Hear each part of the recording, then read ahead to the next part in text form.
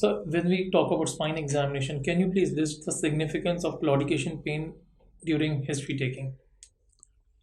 I think the largest number of patients who will come to you with complaints of claudication are basically lumbar canal stenosis. You see, with the changing demographics in our country, we will have a large number of patients coming to you with canal stenosis. And whatever we understand today, claudication is reducing walking distance, which creates a pain for which the patient will have to sit down and take rest. Not only rest, it is a question of sitting in some degree of flexion, that claudication goes away. He stands up again, then walks. He starts getting pain in both the lower limbs. Then he again sits or flexes forward. The pain subsides and then he walks. This is what is considered as neurogenic claudication. Typically, this is the picture. Walk for a few minutes, gets pain, sit down, flexes the hip joint, flexes the spine rather, and then walk again. It is, to my mind, significant for lumbar canal stenosis. Now, similar thing can also occur in peripheral vascular disease. But probably the claudication which occurs due to peripheral vascular disease does not have that fixature of the time and extent of walking. That's my feeling. This given in the books. Sometimes you'll have to recheck it. Meri feeling difference between neurogenic and vascular. Yeah. And to my mind, vascular claudication, the distance and the time varies, whereas in neurogenic claudication, the distance and time remain more or less the same. Yeah.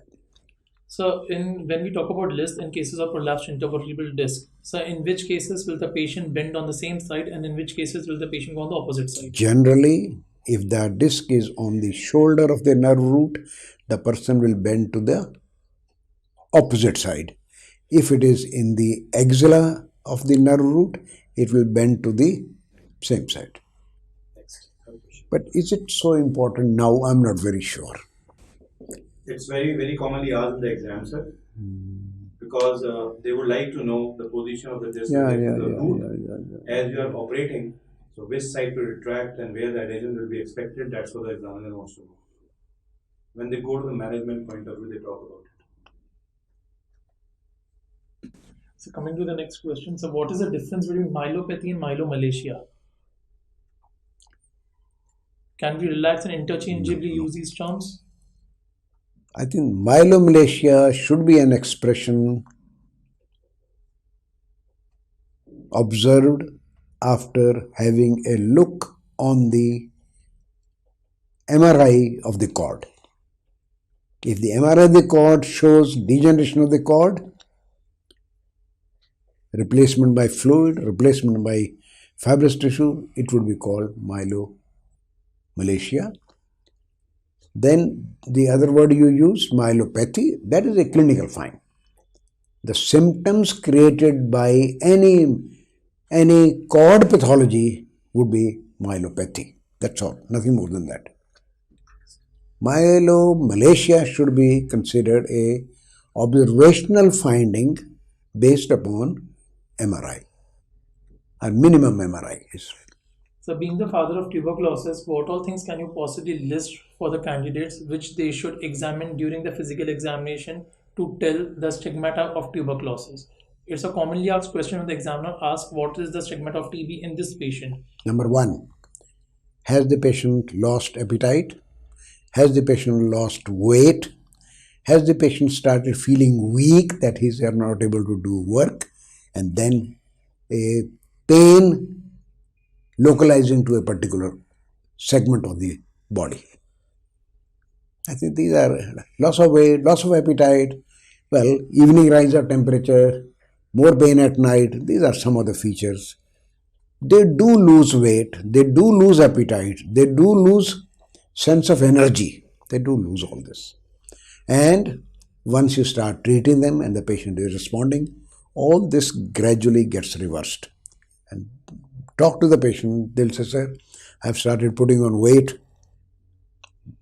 And these are the indicators that the person is responding to the medication which you are giving. So what is the possible prevalence of skip lesions in cases of tuberculosis? It's very high incidence. I think we can learn much more about it once we have the facilities of looking at the MRI. If we are careful, if we can do an MRI of the, let's say, whole body, 40% of people will show you another subclinical active lesion. They may be subclinical, but they are active lesions. 40%. Approximately one can use the word, let's not be specific, but roughly 40% people will show you another subclinical active lesion. Answer the significance of girdle pain in cases of tuberculosis.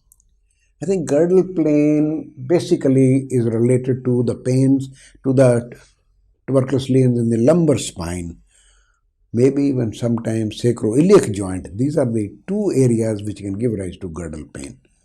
Unless you are talking of hip disease causing pain around the hip joint, I'm not quite sure. But basically lumbar spine and sacroiliac joint. Or why not? Sometimes tuberculosis of the bones of this pelvis as it is. You can have. There are, though not common, however, you can have tuberculosis of the bones of the pelvis and you can have the same sort of pain. So the last question, sir, what is the significance of pigmentation in cases of spine examination? I think once you look at the pigmentation, keep it in mind, are we dealing with a patient of neurofibromatosis? इसका क्या नाम था, von रैकलिन Houston disease कहते थे इसको किसी जमाने में, यही है आज भी